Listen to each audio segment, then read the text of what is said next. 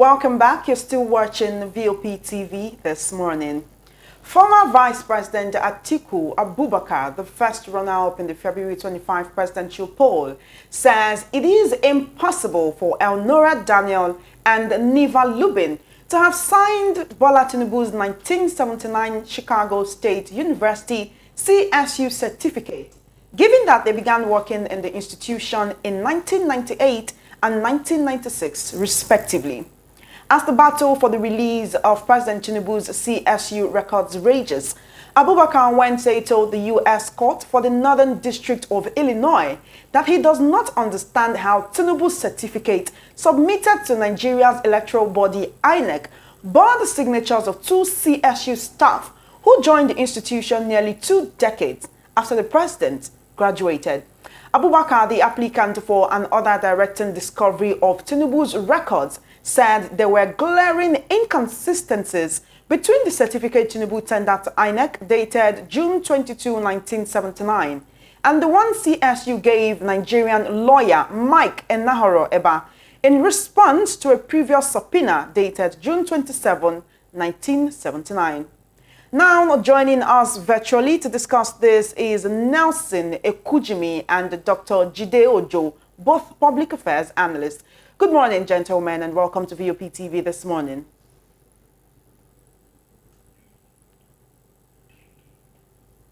All right, Nelson, we'd like for you to unmute your microphone so we can hear you.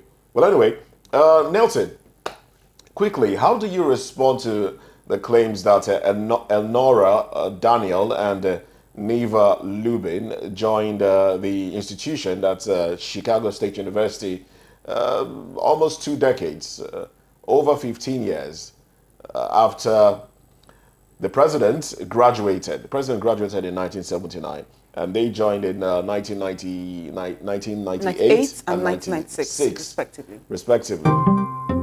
How do you respond to that, Nelson?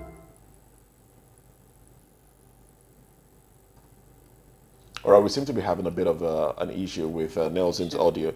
But we also do have Dr. Jide Ojo, who has joined us virtually. Let's make contact. Dr. Jide Ojo, good morning to you. Okay. All right, so... we seem to be having a bit of a network glitch right there. But while we try to reach it's a Friday, so Nelson I think the network has decided to, yes, the network has decided to also take some time off. I mean, it's TGIF after all, so the network wants to, you know how they say, it wants to ball. But then this whole discrepancies about the president's certificate has been going on for quite a while, and every day there are new revelations. All right. Welcome to VOP TV this morning, Mr. Nelson Ekujimi. Now, Nelson, we'd like for you to, unplug the earpiece or the cord, the headset, the cord that you have on, so we can hear you. I think your voice is coming up now. How's your audio over there? It's good now. It's good now. It's good now. Okay, good then. Yeah. All right, so Nelson, regarding your question. Okay, go ahead. Regarding your question, it is inconsequential because the fact remains that these forces that you said signed the certificate maybe 20 or 1,000 years after, you have not in any way proven that they are not staff of the university. As I speak to you, I graduated from the university in 1993. And you don't expect if I go to my university now to get my certificate, that my certificate will have been signed by somebody who was in office then. Certificates are prepared based on application. You go to the school, you pay the necessary fees, then the school authority prepare your certificate. It is not about who signed the certificate. It's about the authenticity of the certificate. Is the certificate from the school? Has the school confirmed that you were a student here, that you graduated? I think that is what should bother us. So way back, who signed it 1 million years ago is inconsequential. So long as the owner of the, don't forget, even when I'm giving that certificate as a graduate, that certificate does not belong to me. It's still a property of the school. It is written there. At any time, the school can even withdraw that certificate if they find my conduct unworthy of the honor of that certificate. So whoever signs the certificate is inconsequential in academics. It is about the authenticity that this certificate originates from the school. If the certificate originates from the school, then that should be the end of the story. Asking that somebody signed it 1 million years ago, somebody signed it 20 hours ago, is inconsequential, if you ask me. All right. Now, before we go on with you, Nelson, let's establish. Let's find out if Dr. Nelson, I beg your pardon, Dr. J, is with us. Dr. Ojo, I mean, is with us. Good morning, Dr. Jide Ojo, if you're in with us. Yeah, Okay. good morning. Oh, great. Fantastic. Good to have you on the show. This is welcome to VOP TV. Now, I just asked Nelson what he felt about the certificate, the names that were there, the names that signed the president's Chicago State University certificate, and what he thought about the fact that these people joined the institution almost 20 years after the president was said to have graduated, and he's given his view. But I'd like to have yours, please. What are your thoughts on this particular uh, uh, side of the story? Well, I should first and foremost say that this issue is sub judice, given the fact that it's already before their lordship in the US. But we should understand that this is politically motivated, and it is the court state that will eventually adjudicate on whether what Atiku's camp is claiming is right, or whether what Asiwaju Bola Ahmed Tinubu's camp is claiming is the truth. So, irrespective of our own academic exercise here on this platform, we need to bear that in mind. That's one. Two, beyond just issue of accountability and transparency, which borders on morality, the point is this issue, even if resolved today, cannot be part of the election dispute resolution process, given the fact that the cases had already been filed, judgment had already been given in the court, which is the Court of Appeal. And the Atiku's camp and Tinubu'S camp had already filed their briefs at the Supreme Court. And it cannot be amended to take whatever they want to bring to the table, given the fact that this is presumably a pre-election matter. So if issues bordering on qualification and non-qualification and nomination is deemed to be a pre-election matter by the Nigerian court. So even if Atiku gets whatever judgment, can he just bring it to Nigerian court and say, here it is, look into it? Okay, well, the president did say something. Sorry to interrupt you there. What has been contested in the courts in America may not affect the case as it is, but there is a concern here because the president did say that if those documents were released, that talked about his personal life and stay in the university, it will cause irreparable damage, irreparable harm to his life and person. And that's a bit of concern, don't you think so? Why would certificates cause irreparable harm to one's life? Well, I wouldn't know why. The point I'm making is that this is not the first president that have done so. Donald Trump and Barack Obama fought tooth and nail for their academic results not to be released to their political opponents. And you know, it's funny. I'm not. I do not belong to any political camp. I'm not a card-carrying member of any camp or any party. But you see, issues around politics. Someone said, if you don't want to learn how your father and your great-grandfather lived, don't go into politics. Because definitely people will rake all manner of, you know, dust against your personality. We remember here in Nigeria, Goodluck Jonathan's KD thesis was requested by the opposition, and University of Port Harcourt refused. But Goodluck Jonathan has been bearing the nomenclature of a doctor, and this is a Nigerian university. This is president of a Nigerian state. Why would the University of Port Harcourt refuse to oblige, even coming under the Freedom of Information Act 2011? Why would the University of Port Harcourt not release the thesis of Goodluck Jonathan to those who requested for it? See, politicians know the motive behind why they are doing some of these things. And all these scandals is just to demean their opponents in public glare. We have gone through this road before. Under the immediate past president, Muhammadu Buhari, similar thing happened. People said he never went to school.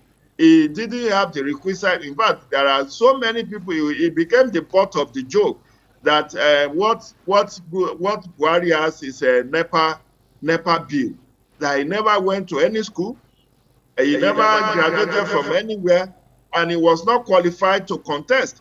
And yet, the man was president for 8 years. So this muckraking and all manner of, what we are seeing playing out in the case of Tinubu is also politically motivated. Whether he has anything to hide or does not have anything to hide, I'm not in a position to say that. But I'm just giving you all of these examples, which you can independently verify. The Barack Obama case, the Donald Trump case, the Goodluck Jonathan's case, and even the Buhari's case.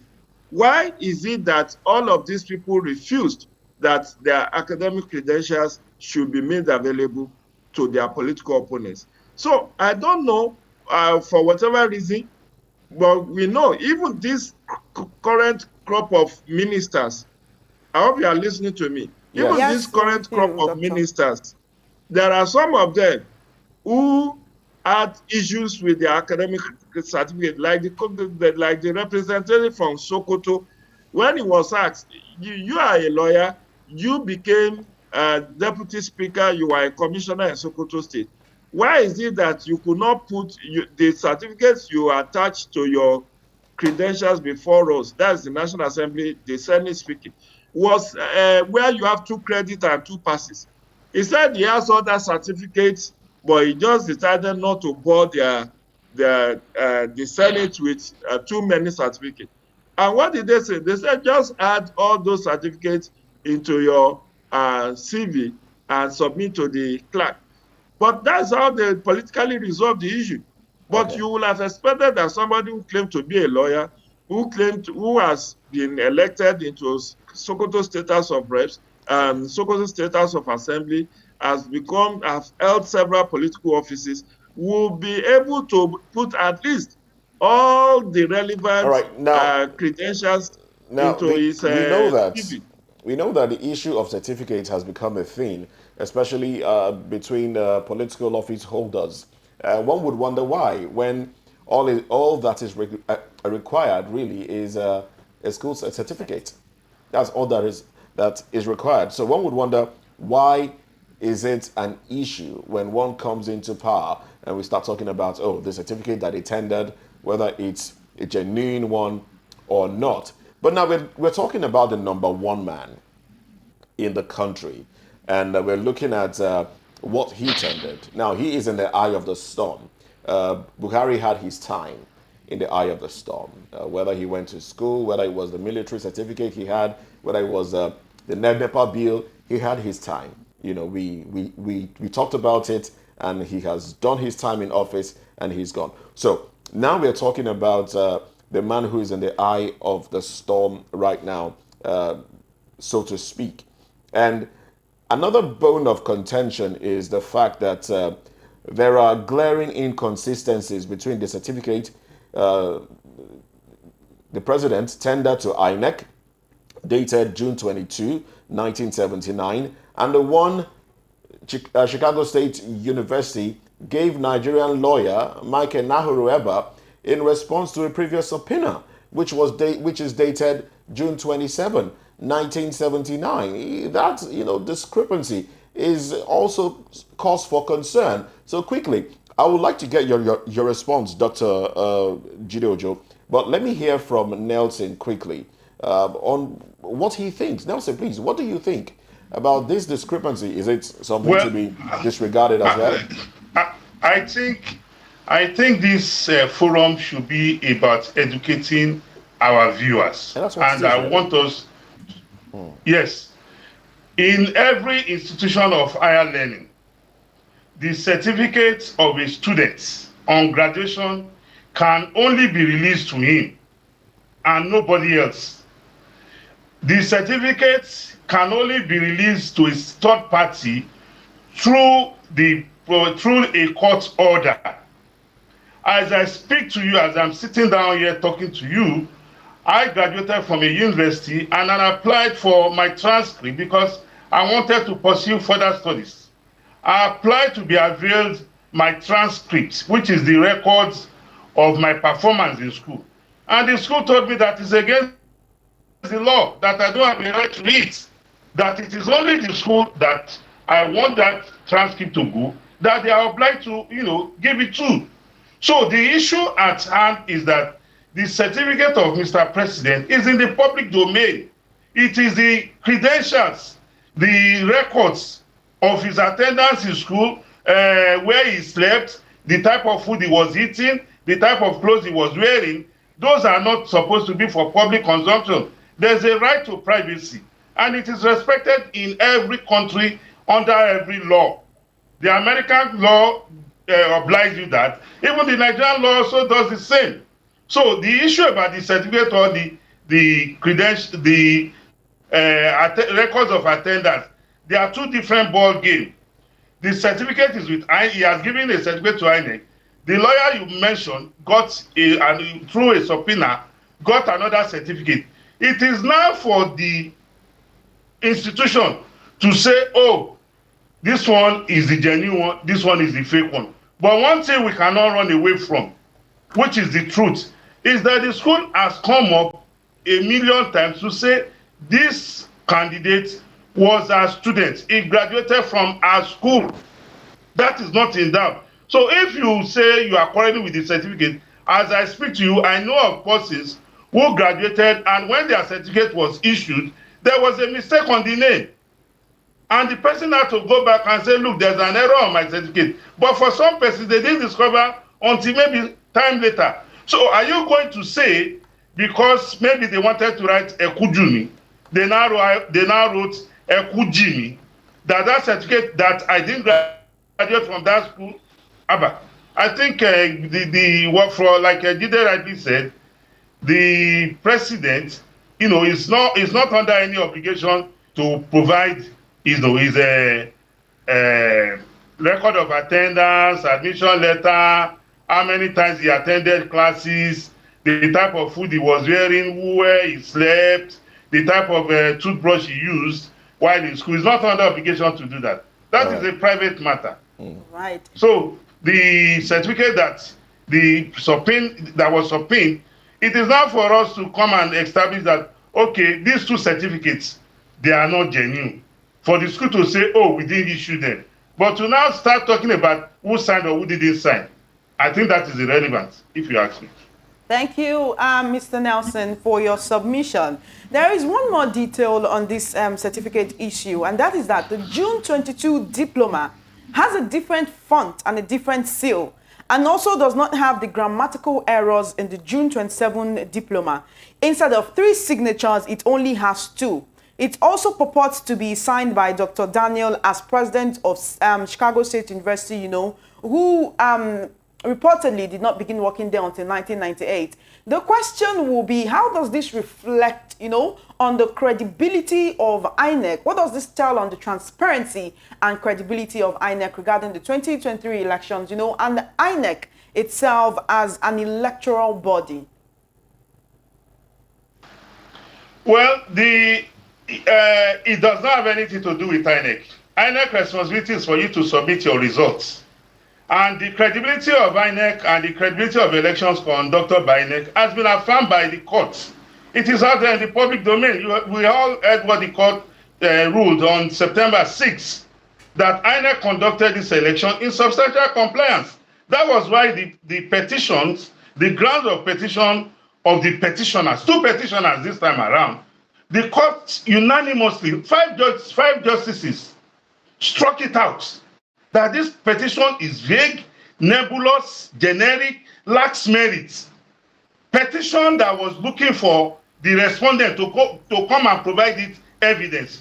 Definitely, that was not a petition. You had the justices when in fact, one of the justices said the petitioners wanted the Presidential Election Petition Tribunal to go and help them look for evidence from the streets or the market or through bullying on the social media. That is not how the law works. The law works based on facts and evidence. And if you don't have facts and evidence, then stay in your home. Stop. Don't waste the time of the court. Right. The court is a place for serious business. Of course it is. Of course. Thank you, Mr. Nelson. I'd like to pose the same question to Dr. Jide Ojo. Are you still with us, Dr. Ojo? I can hear you. Thank you very much. I'd like to pose the same question, adding that how does this now also potentially impact the credibility of President Tinubu's educational qualifications? I could say this same one or other educational qualifications. And also, the same question I asked Mr. Nelson, what does this tell on the transparency and credibility of INEC regarding the conduct of the 2023 elections and, INEC as an electoral body? Did they do their jobs? Let me say this, my dear sister. INEC does not have power to disqualify candidates based on the academic credentials they are submitting. We need to be very clear on that. The onus is actually on the All Progressive Congress to have done due diligence. You see, political parties can save themselves a lot of embarrassment if they did what they are supposed to do. Remember, before I forget, let me bring to our attention what happened in the case of APC versus Obaseki in 2020, where APC as a party decided not to give Obaseki the ticket for second term. I hope you remember. Yes, please. And it was on the basis that they feel that Obaseki did not graduate from University of Ibadan and that his credentials are very doubtful. And Obaseki said, but you are the one that gave me ticket for my first term. And my traducers have taken me to court on this same issue of certificate forgery, and I have won up to Supreme Court. But because of the animosity between Adams Oshiomhole, then as APC national chairman, and Governor Obaseki, and the preference to have Pastor Eze Yamu as their preferred candidate in the second term of APC, they decided to deny Governor Obaseki that ticket. But what happened? University of Ibadan eventually wrote to say there is nothing wrong with, the Obaseki certificate, they graduated and all of that, and that led it to rest. So what I'm trying to say is that it is actually, the onus is on the political party to do all this verification, more so that it's now becoming very rampant that many of our political office holders actually forged their certificates. There's no running away from that. And if you are going to be counting people, many of us who are even pontificating may be guilty. Some of us forged our birth certificate. Some of us went and swore to wrong affidavit that we were born in 1980 when we are actually born in 1975, or because we want to stay longer in public service. You know all of these things. They're all banned by the same law of forgery. So people should stop this whole finger pointing and thinking, oh, is this person, is that person? You that went and obtained false affidavit, false age declaration, knowing full well that it's forged, and you saw a note that that's the year you were born. Meanwhile, you were born much earlier or later. We saw what happened with the case of Kemi Adeosun, whose issue of NYSC certificate also became problematic. And you could see that NYSC leadership at that time kept mute and did not want to join free. They refused to confirm, they refused to deny that the NYSC certificate was genuine or fake until the woman herself resigned and fled to London. So what I'm saying is that INEC has nothing to do with verification of certificate of anybody that contests election.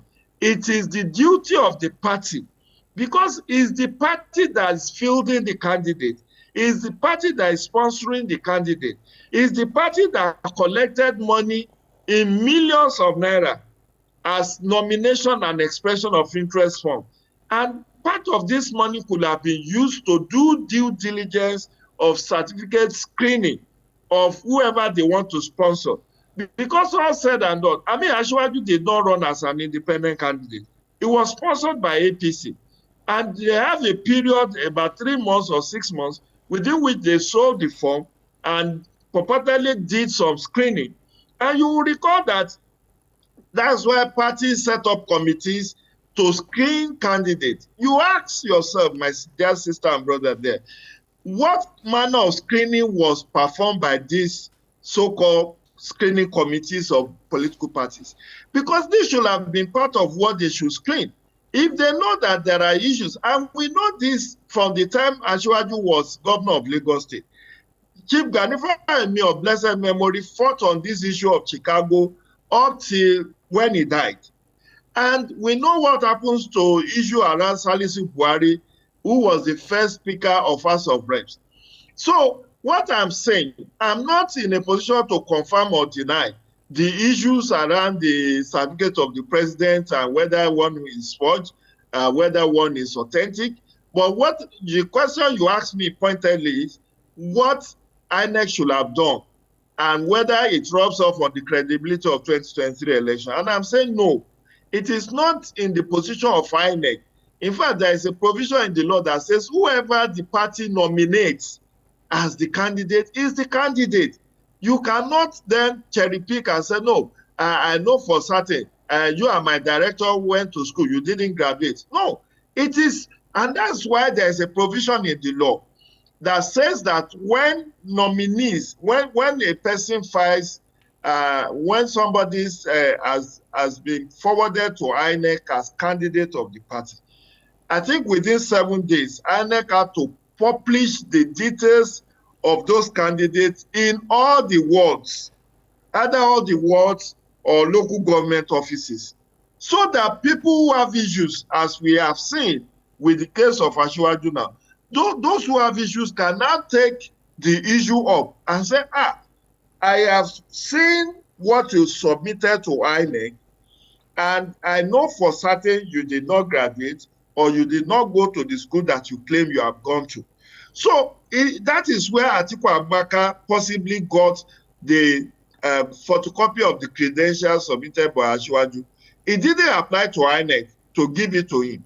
It's because INEC is under obligation to publish the details of all the candidates that have been sponsored. But how many of us bother to even go and check whether INEC published or does not publish, or what INEC published was right or wrong? All right. Then. So it is the court that can adjudicate on this matter. All right. So, whatever views that we are ventilating on this platform is just academic exercise. If the court in US resolve one way or the other, it still have to go through some processes before it will be admissible in the Nigerian Courts, system. Nigerian courts. All right, thank you very much, Dr. Gideojo. Well, we are, talking about it here to educate, inform, and to educate and inform the public. Of course, that's why we are here doing this. Now, just to drop one more thing before I ask for your final thoughts on this, before we move on to the next topic, just to establish the fact that. Nora Daniel and Neva Lubin, those that signed, there was another issue as to the last name of Neva being Johnson, which was omitted from the certificate. That was another issue that Atiku Abubakar is contesting in court as to why so. Why.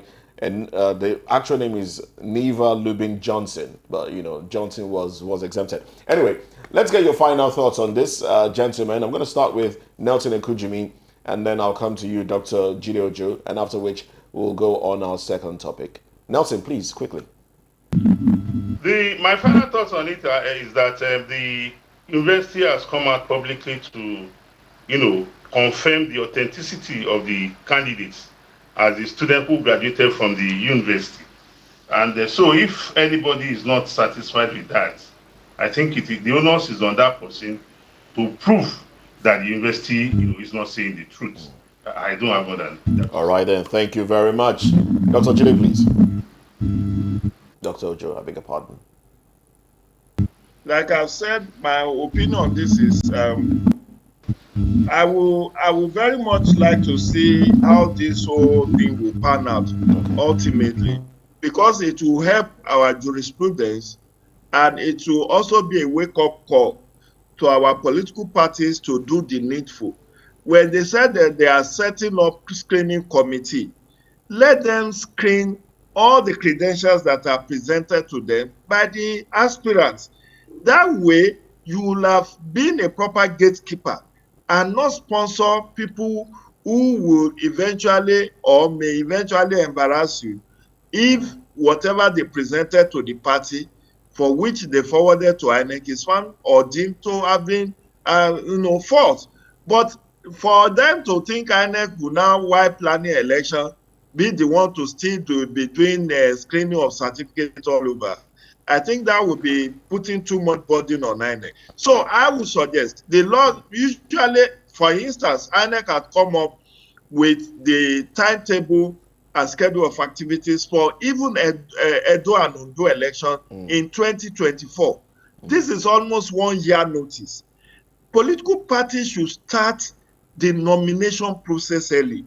Let them give, if it means giving like 6 months to election, they start their sale of form, close it, then set up screening committee, write to all the institutions that those who aspire to hold or to contest under their platform attended and get feedback.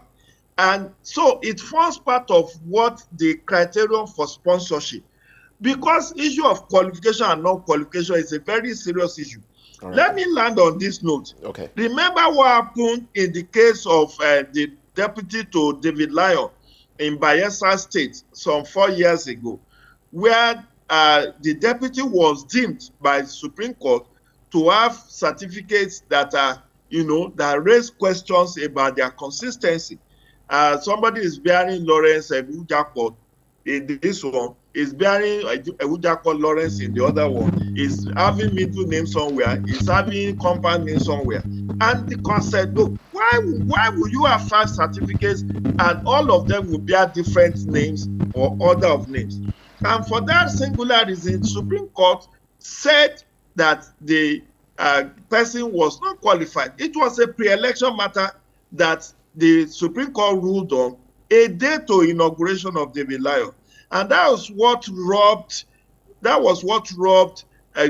Lyon the governorship of Bayelsa State at that time. So what I'm saying invariably is that, unfortunately for Atiku Abubakar, I don't know whether this was a pre-election matter, but this issue of issues being picked up with Ashwadu's certificate was part of their petition at the post-election phase. And that's why the Court of Appeal ruling as Court of First Instance said, look, this issue of qualification and non-qualification and nomination is a pre-election matter that should have been ventilated at the Federal High Court. Why are you bringing it to the Election Petition Tribunal? So in summary, this is my own view. Let political parties do proper screening of certificates and credentials that are brought to them. If they need more time to plan their screening and to plan their party primaries, so that it does not end up embarrassing them. And if they don't want to do it in the pre-primary, the moment a candidate becomes the candidate, they can, because at that time it will have been trimmed. If you have 40 aspirants, one person has won, then make sure that that one person that won send all his credentials to relevant educational authorities that he has attended, both within and outside of the country, so that in the event that there are inconsistency or issues, they can as well get the candidate to be substituted. And that is what I think political parties should do, not just to collect millions of naira in nomination and expression of interest forms and pocket it and feel that INEC should be doing what they should have done. All right, then. Thank you very much, Dr. Jide Joe and Nelson Ekujimi. But we'd like you to stay with us as we go into our second topic for today. Yes, before we go into our next topic for the morning. Up next on VOP TV this morning, unleashing power, abusing positions, and knowing when to draw the lines. Join us as we delve into the controversial statement made by a rogue SSS director. We'll be right back.